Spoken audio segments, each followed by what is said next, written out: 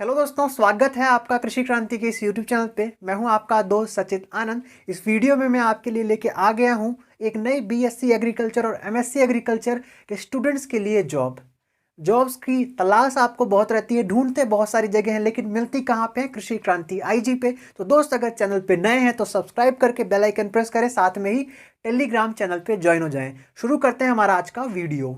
उत्तर प्रदेश के कृषि विभाग में जितने भी सीनियर लेवल के और हायर पोस्ट रहती हैं वो कहाँ से फिल की जाती हैं? वो आपकी इसी कृषि सेवा परीक्षा से फिल की जाती है, जिसको कंडक्ट करवाता है यूपीपीएससी, मतलब उत्तर प्रदेश लोक सेवा आयोग, जिसके बारे में हम पूरी डिटेल से जानकारी इस वीडियो में लेने वाले हैं। इस वीडियो में मैं आपको बताऊंगा एग्जामिनेशन आपका कैसे होगा, कितने फेज में होगा, प्री होगा, मेंस हो गया या इंटरव्यू होगा, कैसे आपको एग्जामिनेशन देना है, माइनस मार्किंग होगी या नहीं होगी, एज लिमिट कितनी है, फॉर्म की फीस कितनी है, लास्ट डेट कब है अप्लाई करने की, और एलिजिबिलिटी क्या है। बीएससी एग्रीकल्चर वाले कौन सी जॉब में अप्लाई करेंगे, उसके बाद एमएससी एग्रीकल्चर वाले कौन सी जॉब में अप्लाई करेंगे, क्वालिफिकेशन क्या आपकी होनी चाहिए पर्टिकुलर।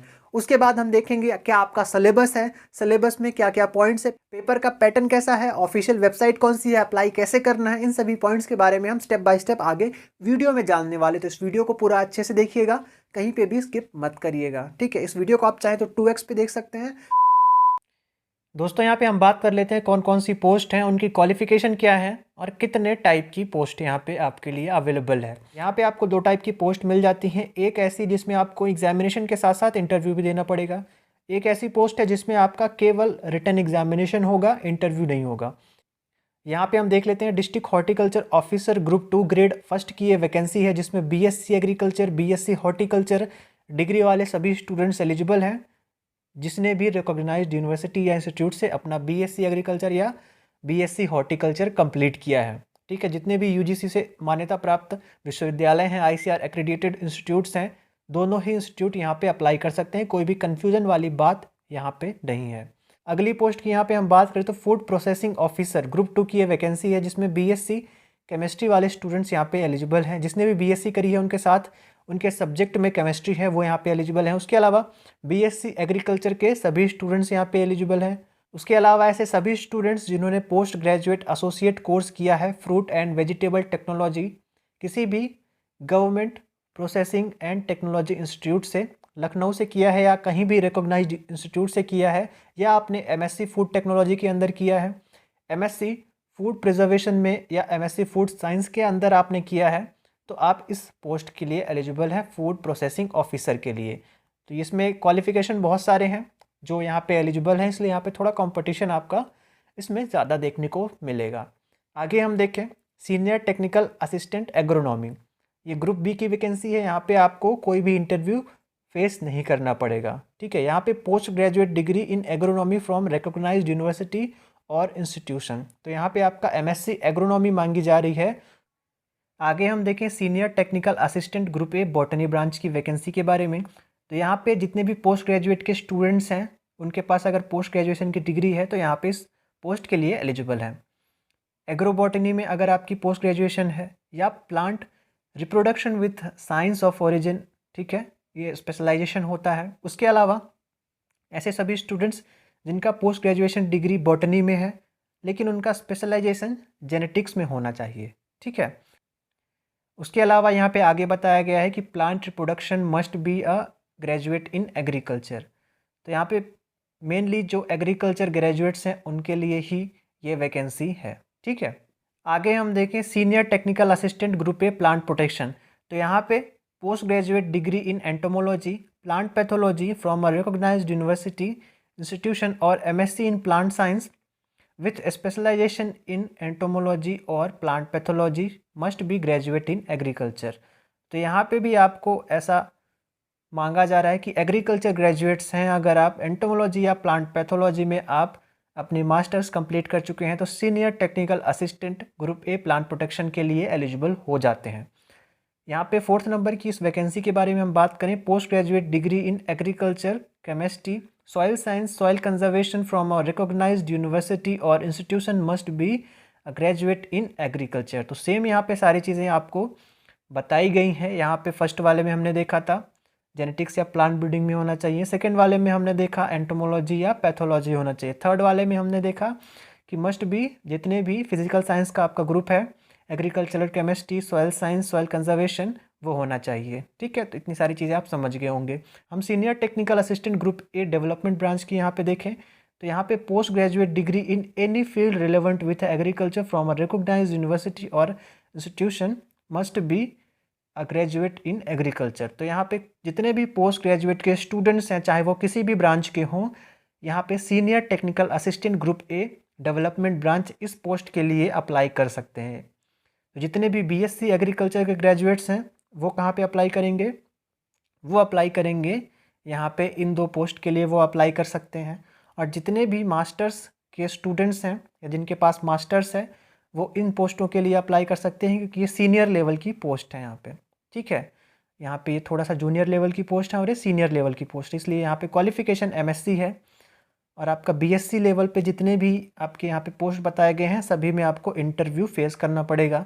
एमएससी के जितने भी हैं यहाँ पे आपको कोई भी इंटरव्यू फेस नहीं करना पड़ेगा। दोस्तों यहाँ पे हम एज लिमिट की बात करें तो शॉर्टकट में आपको एक लाइन में बताऊँ तो ऐसे सभी कैंडिडेट्स जिनका डेट ऑफ बर्थ 2 जुलाई 1980 के पहले का है वो यहाँ पे एलिजिबल नहीं है। उसके अलावा आपका अगर डेट ऑफ बर्थ 3 जुलाई 1980 है तो यहाँ पे आप इसमें एलिजिबल हैं। यहाँ पे जो मिनिमम एज है एटलीस्ट 1 जुलाई 1999 के पहले के आपके होना चाहिए। मतलब अगर आपका डेट ऑफ बर्थ यहाँ पे अगस्त 1999 है तो आप इसमें एलिजिबल नहीं हैं। अगर आपका डेट ऑफ बर्थ यहाँ पे जून 1999 है तो आप इस वैकेंसी के लिए एलिजिबल हैं। इसमें आप अप्लाई कर सकते हैं, फॉर्म डाल सकते हैं, सिलेक्शन भी ले सकते हैं। ठीक है, आई होप आप समझ गए होंगे। इसके अलावा आप मिनिमम और मैक्सिमम एज का नंबर भी देख सकते हैं। 21 ईयर यहाँ पे मिनिमम एज है और 40 ईयर यहाँ पे मैक्सिमम एज है। कट ऑफ डेट मैंने आपको बता दिया, अगर 1 जुलाई और 2 जुलाई यहाँ पे कट ऑफ डेट है, इसके हिसाब से आप कैलकुलेट कर लें कि आपकी डेट ऑफ बर्थ से आपका एज कितना निकलता है। ठीक है, यहाँ पे एज रिलैक्सेशन की बात करें तो SC ST OBC और जितने भी कैटेगरी वाले अदर ये यहाँ पे मैंशनड हैं इन सभी के लिए 5 ईयर्स का आपको एज रिलैक्सेशन मिल जाता है। तो मतलब यहाँ पे आपका 45 ईयर्स हो जाएगा एज रिलैक्सेशन के बाद। और नॉर्मली जितने भी अनरिजर्व कैटेगरी के स्टूडेंट्स हैं उनके लिए यहाँ पे 40 ईयर्स एज लिमिट है। ठीक है दोस्तों, यहाँ पे टोटल नंबर ऑफ़ वैकेंसीज़ की बात करें, जो आपके मन में सबसे बड़ा क्वेश्चन रहता है कि अगर वैकेंसीज़ के नंबर ज़्यादा रहेंगे तो हम इसमें अप्लाई करेंगे। तो दोस्त 564 यहाँ पे टोटल नंबर ऑफ़ वैकेंसीज़ हैं। जितने भी आपकी यहाँ पे पोस्ट है ना सभी को मिला के ये 564 हैं। अब इसमें कुछ कैटेगरी वाली भी होंगी और कुछ जनरल की भी होंगी, ऑब्वियस सी बात है। तो टोटल नंबर ऑफ़ वैकेंसीज़ आपको पता लग गई हैं। उसके बाद जो भी फर्दर इनका क्लासिफिकेशन होगा किस कैटेगरी में कितनी है वो आपको आगे बोर्ड बता देगा। ठीक है, यहाँ पे हम आगे बात कर लेते हैं यहाँ पे हम बात कर लेते हैं वेतनमान की, पे मैट्रिक्स। आपको पैसा कितना मिलेगा इस वैकेंसी के अंदर, यहाँ पे जितने लिस्टेड हैं। तो यहाँ पे एग्जैक्टली किसी पर्टिकुलर वैकेंसी के लिए नहीं बताया गया कि कितना मिलेगा। बात करें हम ऑफिशियल वेबसाइट की तो यहाँ पे क्या मेंशन है पे स्केल को लेके, तो यहाँ पे पे स्केल 44,900 से लेके 1,42,400 तक दिया गया है। तो इसके बेसिस पे आप आइडिया लगा सकते हैं कि कितना पे स्केल आपका हो सकता है। दोस्तों आपके मन में क्वेश्चन आ रहा होगा कि यहाँ पे माइनस मार्किंग है या नहीं है। आपके लिए यहाँ पे माइनस मार्किंग रखी गई है। अगर आप क्वेश्चन गलत करते हैं तो जो प्री का एग्जामिनेशन है, प्री में आपका ऑब्जेक्टिव टाइप क्वेश्चन आने वाले हैं, तो इसमें 1/3 आपका माइनस मार्किंग यहाँ पे रखी गई है। आपने थंबनेल में देखा था कि ऑल इंडिया के स्टूडेंट्स एलिजिबल हैं, लेकिन अभी तक मैंने उसको मेंशन नहीं किया, तो दोस्त मैं यहाँ पे मेंशन कर देता हूँ। ऐसे सभी कैंडिडेट्स जो उत्तर प्रदेश के मूल निवासी नहीं हैं उन्हें आरक्षण का कोई भी फ़ायदा नहीं मिलेगा। ऐसे जो लाभार्थी हैं अनारक्षित सामान्य श्रेणी में माने जाएंगे। मतलब चाहे आप किसी भी कैटेगरी के हों, अदर स्टेट के हों, अगर यहाँ पे आप यूपी में अप्लाई कर रहे हैं तो आप अनरिजर्व कैटेगरी के अंदर अप्लाई कर सकते हैं, यूआर के अंदर अप्लाई कर सकते हैं। ऐसा यहाँ पे रूल है। तो जितने भी स्टूडेंट्स हैं अदर स्टेट के, ठीक है, अदर स्टेट के जितने भी स्टूडेंट्स हैं वो अप्लाई कर सकते हैं अनरिजर्व की कैटेगरी के अंदर। तो आप बिल्कुल ज़रूर अप्लाई करें, आप यहाँ पे एलिजिबल हैं। दोस्तों सभी पॉइंट्स हमने डिस्कस कर लिए। अब आगे हम देख लेते हैं यहाँ पे एग्जामिनेशन का पैटर्न क्या है, एग्जामिनेशन में क्या क्या आपसे पूछा जाने वाला है, टोटल मैक्सिमम मार्क्स कितने हैं। तो यहाँ पे 300 मार्क्स का आपका टोटल यहाँ पे एग्जामिनेशन होने वाला है। क्वेश्चंस के नंबर की हम बात करें, क्वेश्चन कैसे आएंगे, आपके मल्टीपल चॉइस क्वेश्चंस रहेंगे जो आपके प्री के एग्जामिनेशन के लिए, ऐसा आपका पैटर्न है। 120 क्वेश्चंस आपके रहने वाले हैं, जिसमें एग्रीकल्चर सब्जेक्ट के आपके 80 क्वेश्चन रहेंगे और आपके जनरल नॉलेज के 40 क्वेश्चन रहेंगे। तो 80 + 40 ये मिला के आपका हो जाएगा टोटल आपके 120 क्वेश्चन प्री एग्जामिनेशन के लिए, जिसके लिए आपको 120 मिनट्स दिए जा रहे हैं। यहाँ पे हम सिलेबस की बात करें तो सिलेबस में आपका general science high school level का, उसके बाद भारत का इतिहास, भारत का राष्ट्रीय आंदोलन, भारतीय राजतंत्र, अर्थव्यवस्था, संस्कृति, भारतीय कृषि, वाणिज्य और व्यापार, भारत एवं उत्तर प्रदेश का भूगोल, प्राकृतिक संसाधन, अधुनातन राष्ट्रीय एवं अंतर्राष्ट्रीय महत्वपूर्ण घटनाक्रम, मतलब आपका करंट अफेयर्स। यहाँ पे सामान्य बौद्धिक एवं तार्किक क्षमता मतलब मेंटल एबिलिटी की बात की जा रही है। आगे उत्तर प्रदेश की शिक्षा, संस्कृति, कृषि, उद्योग, व्यापार एवं रहन सहन, सामाजिक प्रथा के संबंध में विशिष्ट जानकारी, इसके बारे में आपको अच्छी नॉलेज होनी चाहिए। आगे हम देखें प्रारंभिक गणित 8वीं स्तर का, अंक गणित, बीज गणित, रेखा गणित, और लास्ट में पारिस्थितिकी और पर्यावरण। तो ये हो गया आपका जनरल नॉलेज का पूरा क्या क्या आएगा। और एग्रीकल्चर में देखें तो एग्रीकल्चर का डिटेल्ड सिलेबस है यहाँ पे, इसको आप डिस्क्रिप्शन बॉक्स से डाउनलोड कर सकते हैं। तो मेन परीक्षा में आपका सामान्य हिंदी एवं निबंध आएगा। उसके अलावा सेकंड आपका वैकल्पिक विषय रहेगा जो आप ऑप्शनल चूज़ करेंगे। ठीक है, ऑप्शनल के बारे में हम आगे जानेंगे। तो सामान्य हिंदी में यहाँ पे आपको 2 घंटे का टाइम मिलेगा। जो आपका मैक्सिमम मार्क्स रहेगा वो 100 मार्क्स का रहेगा, और जो आपका ऑप्शनल रहेगा मेन सब्जेक्ट के लिए उसमें 3 घंटे का टाइम है, 200 मार्क्स का आपका मैक्सिमम। तो यहाँ पे सामान्य हिंदी का सिलेबस देख सकते हैं। 50 नंबर का आपका सामान्य हिंदी रहेगा, फिर उसके बाद 50 नंबर का जो मेन में उसी के पार्ट में अंदर 50 नंबर का हिंदी निबंध रहेगा। तो ये मिला के आपका टोटल फर्स्ट एग्ज़ाम हो जाएगा पूरा हिंदी का 100 मार्क्स के लिए, 2 घंटे का आपका रहेगा। दोस्तों आगे हम बात करें मेन एग्जामिनेशन की यानी मुख्य परीक्षा की। तो मुख्य परीक्षा में आपके टोटल 8 क्वेश्चन होंगे। टोटल नंबर ऑफ क्वेश्चन 8 होंगे, जिसमें से आपके 2 सेक्शन होंगे। ठीक है, सेक्शन ए में आपके 4 क्वेश्चन, सेक्शन बी में भी आपके 4 क्वेश्चन। उसके बाद क्या बताया गया है, फर्स्ट और फिफ्थ जो क्वेश्चन है वो आपका कंपलसरी रहेगा। तो फर्स्ट क्वेश्चन यहाँ पे सेक्शन ए के अंदर आ जाएगा, और जो फिफ्थ क्वेश्चन है वो सेक्शन बी के अंदर आ जाएगा। पहला क्वेश्चन दोनों का कंपलसरी है। ठीक है, आगे यहाँ पे क्या बोला जा रहा है, प्रत्येक खंड के 2 क्वेश्चन आपको कंपलसरी करने हैं। ऐसा नहीं कि आप 4 क्वेश्चन इसके कर दिए और केवल इसके एक ही क्वेश्चन करें, नहीं, यहाँ पे आपको एटलीस्ट 2-2 आपके खंड में क्वेश्चंस होने चाहिए। मतलब सेक्शन ए से भी आपको 2 क्वेश्चन करने हैं, सेक्शन बी से। टोटल हमें कितने क्वेश्चन करने हैं, टोटल हमें करने हैं 5 क्वेश्चन। ठीक है, तो किसी एक सेक्शन से हम 3 क्वेश्चन कर सकते हैं और दूसरे सेक्शन से हमें केवल 2 क्वेश्चन करने हैं। तो ऐसी सभी पोस्ट जिसमें इंटरव्यू होने वाला है उसमें 50 मार्क्स यहाँ पे इंटरव्यू के लिए डिसाइडेड हैं। आगे यहाँ पे बात करें एप्लीकेशन फॉर्म की फ़ीस की, तो एप्लीकेशन फॉर्म की फ़ीस बहुत कम है। बहुत कम मतलब सभी स्टूडेंट्स यहाँ पे अप्लाई कर सकते हैं, इतनी कम फीस है। 100 रुपये कुछ नहीं होता है, अप्लाई कर देना दोस्त। अगर आप ये वीडियो देख रहे हो, यहाँ पे अनरिजर्व कैटेगरी, आर्थिक रूप से कमज़ोर और पिछड़ा वर्ग मतलब EWS, OBC और अनरिजर्व के लिए जितने भी जनरल कैंडिडेट्स हैं 100 रुपीज़ उनकी परीक्षा शुल्क है। मतलब आपसे 100 रुपीज़ प्लस ऑनलाइन प्रक्रिया में जितना भी शुल्क लगेगा 10-25 रुपये वो आपको देना पड़ेगा। ठीक है, SC ST के जितने भी स्टूडेंट्स हैं उनके लिए 40 रुपीज़ यहाँ पे परीक्षा शुल्क है। उसके अलावा ऑनलाइन प्रक्रिया का शुल्क 25 रुपये है। ठीक है, टोटल यहाँ पे शुल्क मैं बता दूँ 125 रुपये किसके लिए है, जनरल, OBC, EWS के लिए, और यहाँ पे SC ST जितने भी स्टूडेंट्स हैं उनके लिए 65 रुपीज़, और जितने भी दिव्यांग श्रेणी के स्टूडेंट्स हैं उनके लिए केवल 25 रुपये है।